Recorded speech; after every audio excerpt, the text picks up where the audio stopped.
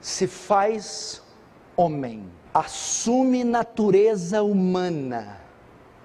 O que é isso? Quando ele assumiu a natureza humana, ele deixou de ser Deus? Não. Ele tinha a natureza divina. Embora subsistindo como Deus, sempre foi Deus, sempre foi divino. Quando ele entra na terra e encarna, ele adiciona a natureza divina à humana. Agora ele vai possuir duas naturezas. Um ser divino, perfeito, onipotente, onisciente, onipresente, agora também vai ser humano. Vai entrar no claustro limitado de um corpo. Se não, vejamos, 7, assumindo a forma de servo e tornando-se em semelhança de homens, e reconhecido em figura humana. Veja só, os degraus de Cristo, igual, é diferente da gente, né, Heitor? A gente quer subir, não, olha Cristo, do trono, para escravo, para homem, vai caindo. Quer subir, filho? Aprenda a descer.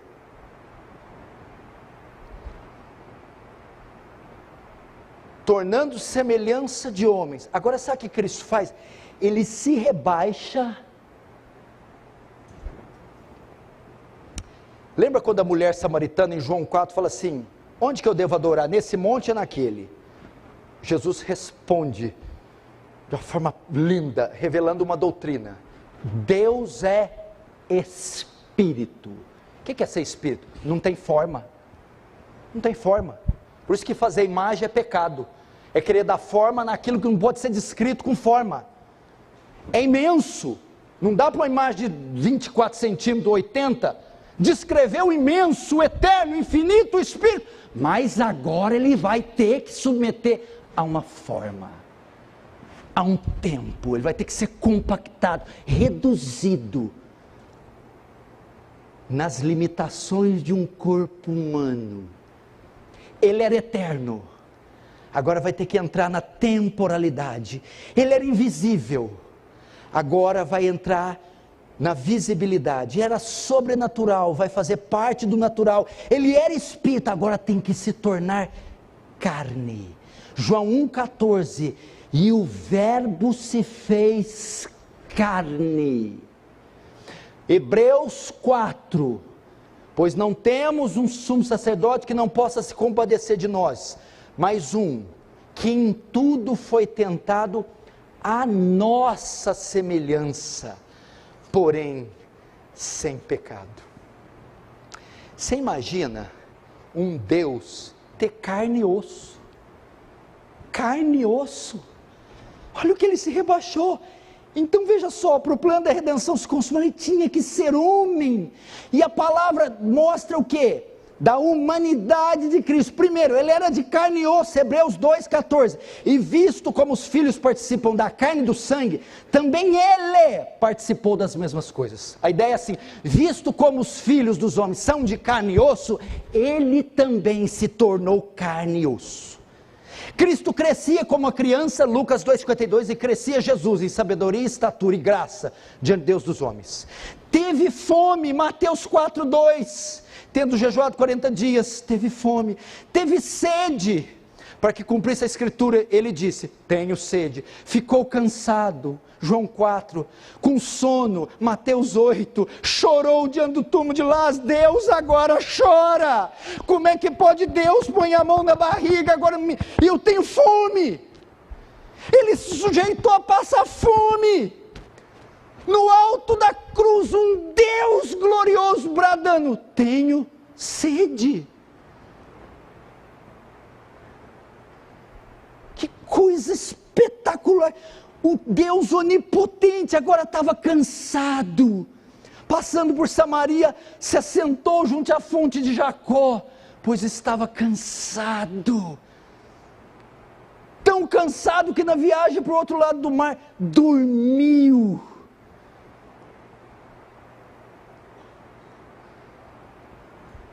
Esse é o mistério da encarnação, coisa estupenda. Olha o que é isso.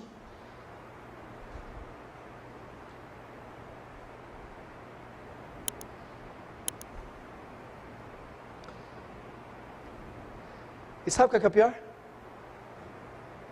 Uma das maiores provas da humanidade, de Cristo, morreu. Morreu. Quarta coisa que se submeteu, veja só. Verso 8, a si mesmo se humilhou, tornando-se obediente até a morte. Gente, é assim, é que não dá, eu não tenho graça, sabedoria suficiente para expor o que está aqui. O que está aqui é de uma envergadura, o que está aqui é de um poder, de uma graça, de uma sabedoria. Imagina que um ser como eu tem capacidade. O que o Senhor está querendo dizer, meus filhos? Tentem pensar comigo. O que ele teve que se submeter, gente? Quando falamos de morte, não há nada errado conosco. Eu, você, nós ouvimos de morte a vida inteira. Mas aqui está quem era imortal. Quem desconhece essa palavra. Quem não sabe o sentido do que é morrer. Agora, aquele que é imortal vai ter que se submeter ao óbito. Vai ter que tombar. Vai ter que morrer. Você tem ideia o que é isso? Foi obediente até a morte. A ideia é assim, Senhor, se para cumprir esse plano, se para te obedecer, de forma irrestrita e cega, isso me custe a vida, eu a darei. Novamente, nós só vemos a beleza da cruz. Olha as etapas que antecedem a cruz. Olha o que Cristo tem. Ele não desceu do céu para a cruz e veio todo divino para a cruz. Ele teve que esperar 9 meses na barriga de uma mulher. Ele teve que fugir para o Egito porque Herodes queria matar ele. E teve que nascer numa manjedoura porque ninguém o queria. E ele teve que morrer. Ele não estava familiarizado com a morte. Eu preguei essa mensagem de manhã. E discorrendo ela, eu comecei, Jesus, para. Não precisa de tanto para mim, por mim. Para que tudo isso? Para que se rebaixar? Para que se tornar tão vil? Para que? Por mim? É sério que isso é por mim? Não é possível. É algo grandioso. O senhor não precisa nem ir para o madeiro. Só isso aqui já é suficiente para me constranger. Se a minha mulher morrer por mim já é algo grandioso. Meu pai, um estadista, mas um Deus impecável, imortal, perfeito, se reduzir a um corpo miserável e morrer numa cruz. Meu Deus do céu, é glorioso demais. Mas Paulo não para aí não. Você se escandalizou? Paulo não para, não só morreu, até a morte. E o texto diz, e morte, de cruz. Ele não para de descer, de se rebaixar. Como se não bastasse ele morrer, Paulo ainda vai mais longe na humilhação. Morte de cruz. Quando fala morte de cruz, na época isso era muito familiar. Porque a morte por crucificação, ou crucifixão, era a morte mais cruel da época. Mais dolorosa, mais humilhante. Alguém que era condenado a morrer na cruz, era porque era o ser mais repugnante e vil da sociedade. Condenado à cruz. Um dos historiadores, Cícero, se eu não me engano, dizia que morrer na cruz é como morrer 1000 vezes. Morte de cruz. Por quê? Porque ao morrer na cruz, isso tinha um símbolo. Qualquer judeu olhava um homem pendurado no madeiro e falava assim, ele não só morreu, ele é um objeto de maldição, porque Deuteronômio dizia que se o cadáver for pendurado no madeiro, ele é maldito. Em Gálatas 3:13, Paulo vai relembrar esse texto dizendo: Cristo nos resgatou da maldição da lei, fazendo-se Ele próprio maldição em nosso lugar, porque está escrito: maldito todo aquele que for pendurado no madeiro. Ele não só morreu, ele pendurado lá, para os seus espectadores, foi feito objeto de maldição, símbolo de maldição.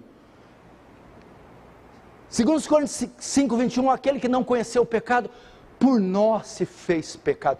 Ali estava. Ali estava um monturo de pecados e uma bola de maldição, pregada numa cruz.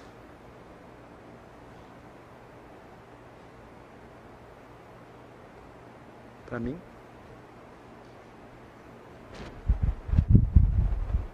olha o que ele se sujeitou. Morte, a mais cruel, dolorosa, humilhante, que o fez pecado e o fez maldição. E aí Paulo vai definir isso o quê? Toda essa kenosis de Jesus, esse esvaziamento, esse passeio que ele foi fazer na terra, foi o ato mais baixo de humilhação que alguém pode submeter. Veja só o verso 8. A si mesmo se humilhou. Paulo está dizendo que o contexto todo para Jesus não foi uma coisa deleitosa, foi um ato pesado de humilhação. Sair do trono, se fazer escravo, se esvaziar da sua glória, se fazer homem, morrer numa cruz romana.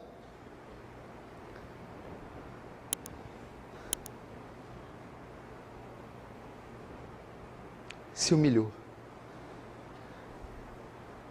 Gente, não dá para você ser diferente. São mensagens como essa, passagens como essa, que não me deixam desistir, que não me deixam ser covarde, e que não me deixam dar um sacrifício coxo para Deus, ou seja, uma vida cristã meia boca. Não tem cabimento. É um desrespeito muito grande eu não honrar isso aqui. É uma ofensa eu virar as costas para isso aqui. Como é que eu olho para isso aqui tudo e simplesmente não vou no culto? Não vou ler Bíblia, não vou obedecer pastor, não vou. Meu Deus do céu, Paulo está usando isso aqui para falar para os filipenses: sejam humildes, seus arrogantes, e olhem para o Senhor de vocês. Fui obediente, submisso. Eu não posso porque está chovendo, porque eu vou perder dinheiro, eu não vou me submeter a isso. Você não vai se submeter a isso, e o teu Senhor se submeteu a isso aqui. Você não vai se submeter ao quê? Perder uns reais? Ficar uma noite sem dormir? Ouvir uma ofensazinha na mente? Você não vai conseguir perdoar, lidar com isso aí. Olha o que ele fez. Não é só um texto para apontar para a obra da cruz, mas é para ensinar uma lição aos crentes. Tenham o mesmo sentimento.